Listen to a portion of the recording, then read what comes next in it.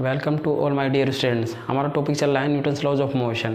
Newton's laws of motion में आज का हमारा टॉपिक है motion of blocks in contact. तो हमारे पास क्या है, 2 या 3 ब्लॉक्स हैं और वो आपस में कांटेक्ट में रखे हुए हैं।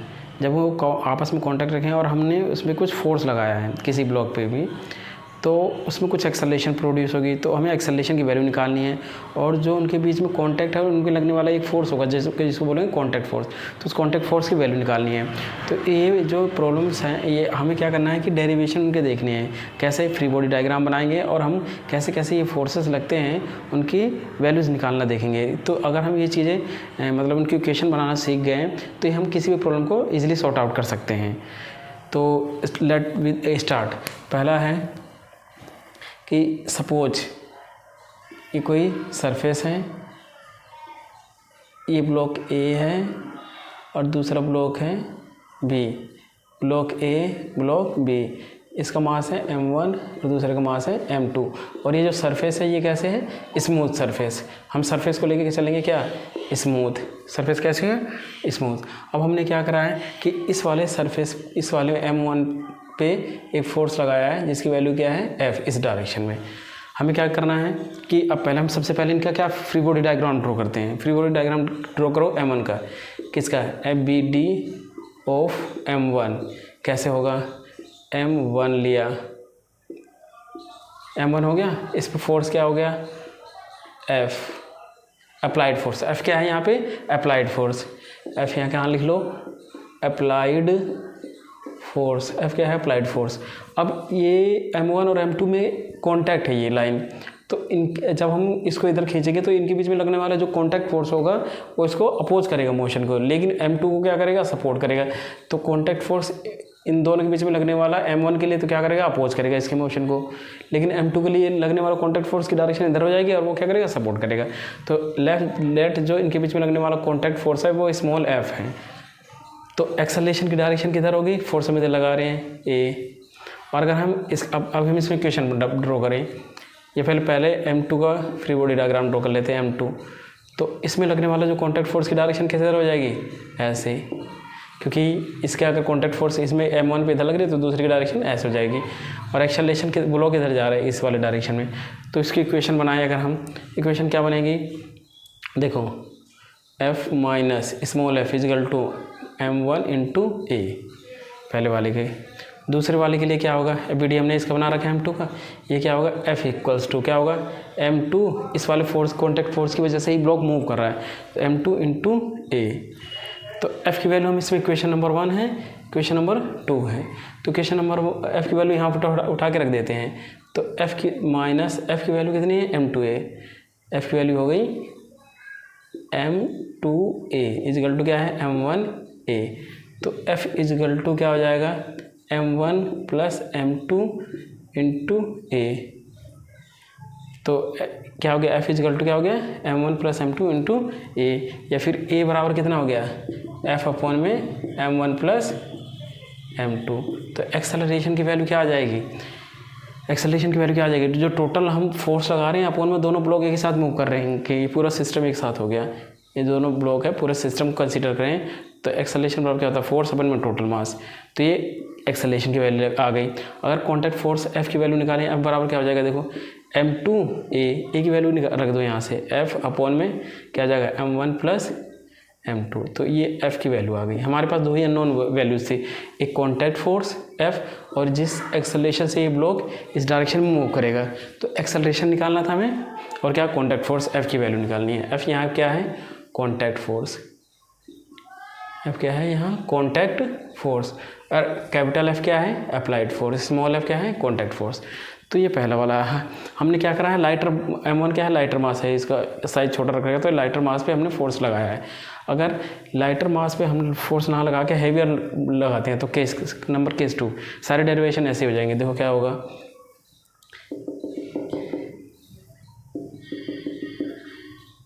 यहाँ पे m1 है और यहाँ ये है m2। अब हमने पहले लाइटर फोर्स लगाया था, अब राइट डायरेक्शन लेफ्ट वर्स की डायरेक्शन में लगा दिया हेवियर मास पे, अप्लाइड फोर्स क्या हो गया f। इसके बाद क्या होगा, ये पूरा सिस्टम एक साथ एक्सेलरेशन a से क्या करेगा, मूव करेगा इस डायरेक्शन में। तो एक्सेलरेशन की वैल्यू क्या हो जाएगी, डायरेक्ट हम लिख सकते हैं एक्सेलरेशन टोटल सिस्टम अगर 1 हो गया है तो एक्सेलरेशन क्या होगा, टोटल फोर्स अपॉन में m1 प्लस m2, ये तो हो गया। अगर हम इसका फ्री बॉडी डायग्राम ड्रॉ करें m1 का और m2 का, तो पहले m1 का ड्रॉ करते हैं, ये m1 हो गया और दूसरा हो गया यहाँ पे m2। देखो m1 पे क्या होगा, ये m2 पे क्या होगा, ये फोर्स इधर हम लगा रहे हैं तो कॉन्टैक्ट फोर्स इसको क्या करेगा, अपोज करेगा, इसमें तो अपोज करेगा कॉन्टैक्ट फोर्स F, यहाँ अप्लाइड फोर्स अगर F डायरेक्शन इसमें है, लेकिन इसके लिए क्या होगा, इसको सपोर्ट करेगा इसके मोशन को, तो इसमें कॉन्टैक्ट फोर्स F की डायरेक्शन ही हो जाएगी, तो नेट ब्लॉक इधर इस डायरेक्शन में मूव कर रहा होगा। अब क्या होगा, एक्सेलरेशन तो हमारे के इस डायरेक्शन में है, तो इसके लिए इक्वेशन क्या बन जाएगी, contact force F equal to क्या आ जाएगा, m1 इंटू ए, यही जो कॉन्टैक्ट फोर्स है इसी की वजह से ये जो ब्लॉक है मूव कर रहा है। और इसके लिए क्या हो जाएगा, नेट फोर्स क्या होगा, F अगर एक्सेलरेशन इस डायरेक्शन में तो इसमें कौन बड़ा होगा, ये वाला कंपोनेंट बड़ा होगा, तो F minus small f equal to m2 into A, net force क्या हो जाएगा, इन दोनों का difference into mass into acceleration. F की वैल्यू दोबारा देखो, तो एक्सेलरेशन की वैल्यू हमारी यहाँ आ गई है, तो एक्सेलरेशन की वैल्यू ये हमने फ्री बॉडी डायग्राम ड्रॉ कर लिए, एक्सेलरेशन की वैल्यू यहाँ पे उठा के जाए तो रख सकते हैं, F1 इंटू ए की वैल्यू कितनी है, F अपॉन में m1 प्लस m2। यहाँ से कॉन्टैक्ट फोर्स की वैल्यू आ गई, एक्सेलरेशन की वैल्यू आ गई। हम यहाँ से भी एक्सेलरेशन की वैल्यू निकाल सकते थे, इसकी वैल्यू यहाँ पुट करके, जैसे देख लेते हैं। अगर क्या होता है, F माइनस F की वैल्यू रख दो, क्या m1 a इजकल टू क्या हो जाएगा, m2 a, तो F इजकल टू क्या हो जाएगा, इधर को इधर ले जाएँ, इस वाले को माइनस को इधर ले जाएँ, m1 plus m2 into a, तो a बराबर क्या आ जाएगा, F अपॉन में m1 प्लस m2। तो एक्सेलरेशन की वैल्यू यहाँ से भी आ गई, और हम डायरेक्टली इसको एक सिस्टम कंसीडर करके लगने वाला टोटल फोर्स अपन में टोटल मास, तो यहाँ से भी निकाल सकते हैं। ये क्या थे, हमने क्या करा इनमें कि अप्लाइड फोर्स लगाया, अप्लाइड फोर्स से कुछ एक्सेलरेशन प्रोड्यूस किया, एक्सेलरेशन की वैल्यू निकाल ली, और जो उनके बीच में लगने वाला कॉन्टैक्ट फोर्स था m1 और m2 की, उसकी वैल्यू निकाल ली है। तो अगर हम यहाँ पे देखें, अगर इस वाले में हमने स्मॉलर पे मास पे कॉन्टैक्ट फोर्स लगाया है, अप्लाइड फोर्स लगाया है, तो F जो कॉन्टैक्ट फोर्स की वैल्यू होगी, F क्या होगा, दूसरा वाला मास इंटू अप्लाइड फोर्स पहले वाले पे, कॉन्टैक्ट फोर्स की वैल्यू क्या होगी, सेकंड मास अपॉन में m1 इंटू F अपॉन में m1 प्लस m2। अगर हम इस पर देखें तो कॉन्टैक्ट फोर्स F की वैल्यू क्या होगी, यहाँ पे हमने फोर्स इस पे लगाए हैं, तो यहाँ पे क्या आएगा, m1 इंटू F, जिस पे हमने फोर्स लगाया उसको उसका अपोजिट वाला मास से F की मल्टीप्लाई होगी, m1 इंटू F अपॉन में m1, तो हम इसको डायरेक्टली रिमेंबर कर सकते हैं।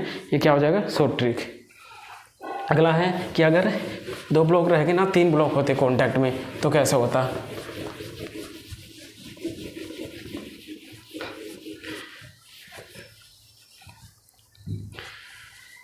थ्री है, इसमें क्या है कि 3 ब्लॉक्स कांटेक्ट में हैं। ये सरफेस कैसे है, स्मूथ। ये सरफेस पहले वाला ब्लॉक हो गया m1, दूसरा हो गया m2 और तीसरा हो गया m3।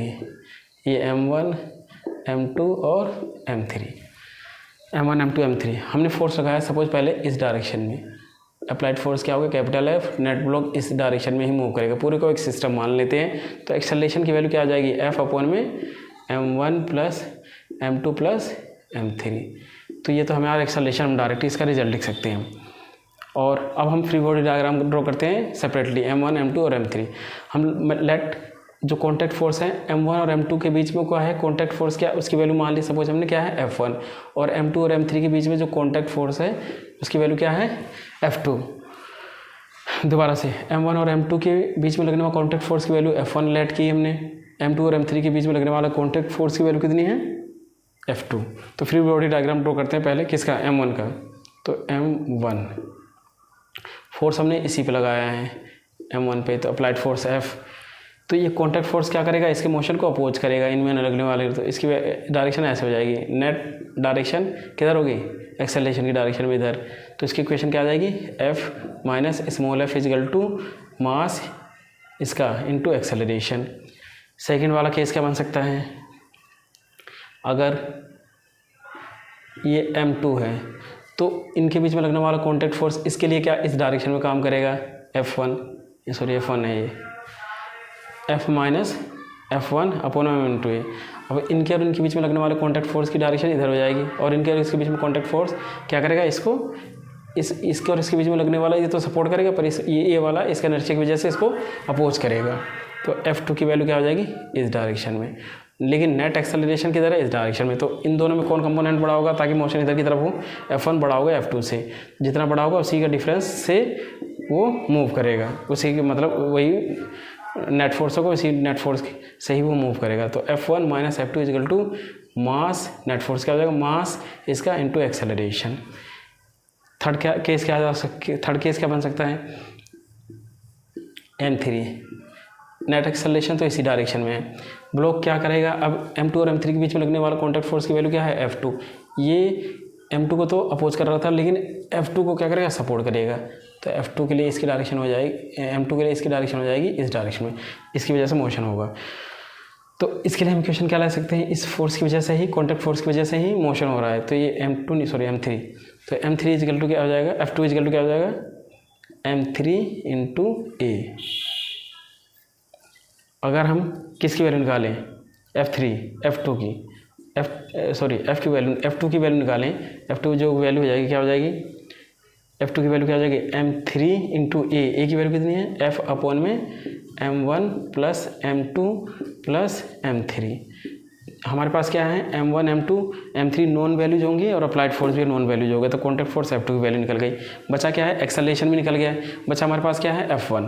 तो F1 की वैल्यू देखो क्या होगी, F1 की वैल्यू क्या आ जाएगी, F1 माइनस F2 की वैल्यू क्या रख दो, M3A इजिकल टू इस वाली इक्वेशन में इजिकल टू क्या हो जाएगा, M2A। तो F1 इजिकल टू क्या हो जाएगा, ये धरा के प्लस हो जाएगा, तो M2 plus M3 into A। तो F1 की वैल्यू क्या हो जाएगी, M2 plus M3 into A की वैल्यू उठा के रख दो। A की वैल्यू कितनी है, F अपॉन में M1 plus M2 plus M3। तो ये कॉन्टैक्ट फोर्स F की वैल्यू देखो, हमारे पास चार अननोन थे, तीन अननोन थे, F1 F2 और एक्सेलरेशन, F1 F2 और एक्सेलरेशन। यही हमें निकालना है, कैसे, फ्री बॉडी डायग्राम ड्रॉ करके। इसी में नेक्स्ट केस क्या हो सकता है कि फोर्स हमने इस वाले पे लगाया ब्लॉक पे, अगर हम फोर्स को यहाँ लगा के हैवियर मास पे ब्लॉक लगाते तो एक्सेलरेशन की डायरेक्शन इस डायरेक्शन में होती है। तो उसको भी एक बार देख लेते हैं, इक्वेशन थोड़ी सी ये चेंज हो जाएंगी। फोर्थ केस क्या हो जाएगा इसी में, ये बड़े इंपॉर्टेंट चीज़ें हैं।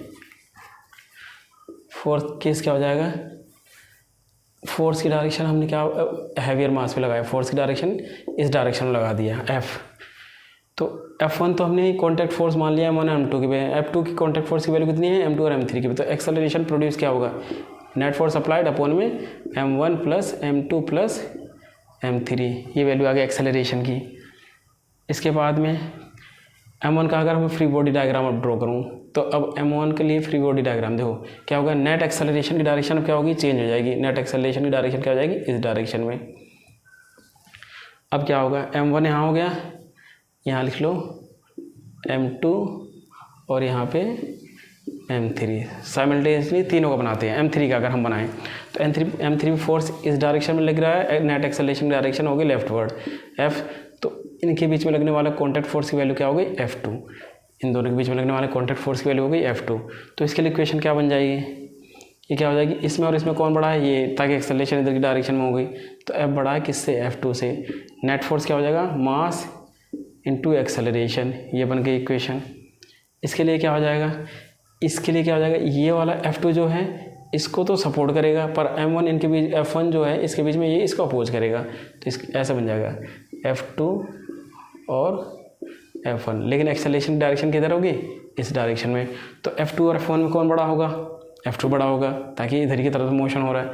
तो क्या लिखेंगे हम इसको, F2 minus M1 equal to net mass into acceleration. Mass कितना है, M2 इंटू एक्सेलरेशन, ये इक्वेशन ये बन गई।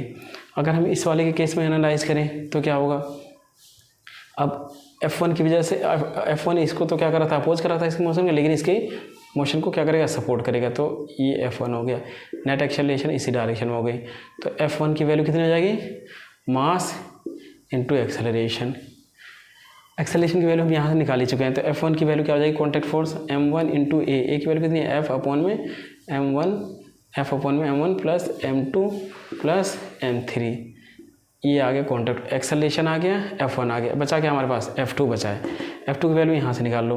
F2 क्या हो जाएगा, देखो F2 माइनस F1 की वैल्यू यहाँ है M1 into A is equal to क्या आ जाएगा, M2 इंटू A। तो F2 की वैल्यू कितनी हो जाएगी, m1 प्लस m2 इंटू ए। F1 की वैल्यू क्या है 1 इंटू ए, तो ये हो गया। इसके बाद अगर हम यहाँ पे देखो फिर क्या कर सकते हैं, F2 इजिकल टू एक्सेलेरेशन की वैल्यू लिख दो m1 प्लस m2 इंटू ए की वैल्यू क्या है f अपॉन में, ए की वैल्यू f अपॉन में m1 plus m2 plus m3। तो हमारे पास दोनों कॉन्टैक्ट फोर्सेस आ गए F1 और F2, और क्या आ गया एक्सेलरेशन, जिस एक्सेलरेशन से ब्लॉक मूव करेगा। तो 4 केसेस थे हमारे। तो ये हमने क्या देखा नहीं कि खाली फ्री बॉडी डायग्राम ड्रॉ करे हैं और क्या करा है, इन पे लगने वाले कॉन्टैक्ट फोर्स और एक्सेलरेशन की वैल्यूज़ निकाली हैं।